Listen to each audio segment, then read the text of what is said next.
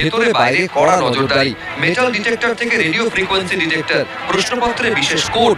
কিন্তু নিরাপত্তার এই বজ্র আঁটুনির মধ্যেও ফসকা হলো গেল। উচ্চ মাধ্যমিক শিক্ষা সংসদ সূত্রে সামনে এলো চমকে দেওয়ার মতো তথ্য। সর্ষের মধ্যেই কি তাহলে ভূত? তেমনই আশঙ্কা উচ্চ মাধ্যমিক শিক্ষা সংসদের। বৃহস্পতিবার শেষ হলো এবারের উচ্চ মাধ্যমিক পরীক্ষা। সংসদ সূত্রে খবর, পরীক্ষা চলাকালীন 41 জন পরীক্ষার্থীর মোবাইল ফোন বাজেয়াপ্ত করা হয়েছে। বাতিল করা হয়েছে তাদের সবার পরীক্ষা। কিন্তু কড়া নজরদারির মধ্যেও কি করে তারা ফোন নিয়ে পরীক্ষা কেন্দ্রে ঢুকলো? সংসদ সূত্রে খবর, ঘটনার সঙ্গে জড়িত সন্দেহে কয়েকটি জেলার বেশ কিছু শিক্ষাকর্মী আতশ কাচের তলায়।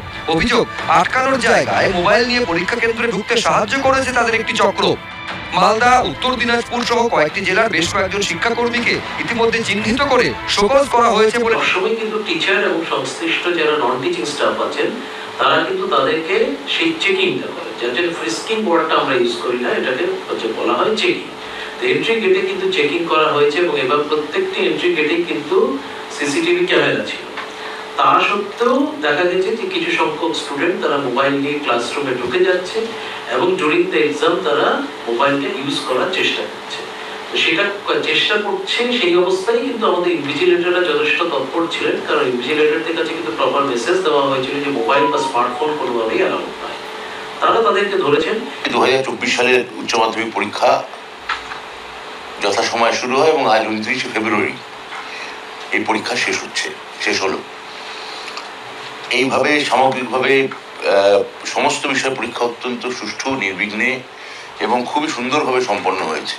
পরীক্ষার আগে এবং পরীক্ষার মধ্যেও বেশ কিছু অসাধু চক্র সোশ্যাল মিডিয়ায় ভুয়ো প্রশ্নপত্র ছড়িয়ে দিয়েছিল, যাতে পরীক্ষার্থীদের বিভ্রান্ত করা যায়, সরকারকে কালিমালিপ্ত করা যায়, নানা রকম প্রয়াস তারা চালিয়েছিল।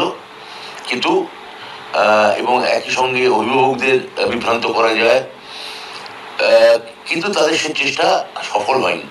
সংসদ এবং সরকার এ ব্যাপারে যথোপযুক্ত খুব দ্রুত।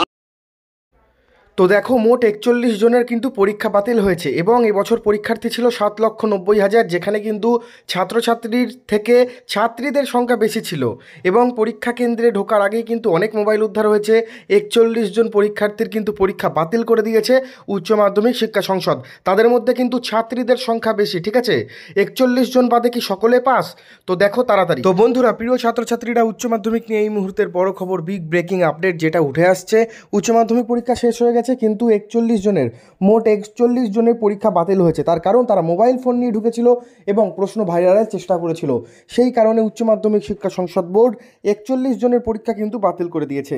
এবং তার সাথে যেমনটা জানা যাচ্ছে, মাধ্যমিকের খাতা দেখা শুরু হয়ে গেছে। উচ্চ মাধ্যমিকের খাতা দেখা আর কিছুদিনের মধ্যে শুরু হয়ে যাবে। অর্থাৎ উচ্চ মাধ্যমিক পরীক্ষার যে খাতা দেখা, সেটা কিন্তু আর কিছুদিনের মধ্যেই শুরু হতে চলেছে এবং ছাত্রছাত্রীদের কথা মাথায় রেখে খাতা দেখা হবে, যাতে তারা পরবর্তীকালে ভালো কলেজে ভর্তি হতে পারে। সেই কথা কিন্তু মাথায় রেখে যাতে খাতা দেখা হয়, এমনটাই কিন্তু নির্দেশিকা সূত্র মারফত জানা যাচ্ছে। এবং দেখো, 41 জনের পরীক্ষা বাতিল হয়ে গেছে, তারা কিন্তু ফেল, তারা সম্পূর্ণ ফেল। তবে তোমরা যারা লিখে এসছো, তোমরা যারা প্রজেক্ট জমা দিয়েছো, তোমরা কোনো রকম চিন্তা করো না, তোমরা কিন্তু পাশ করে যাবে।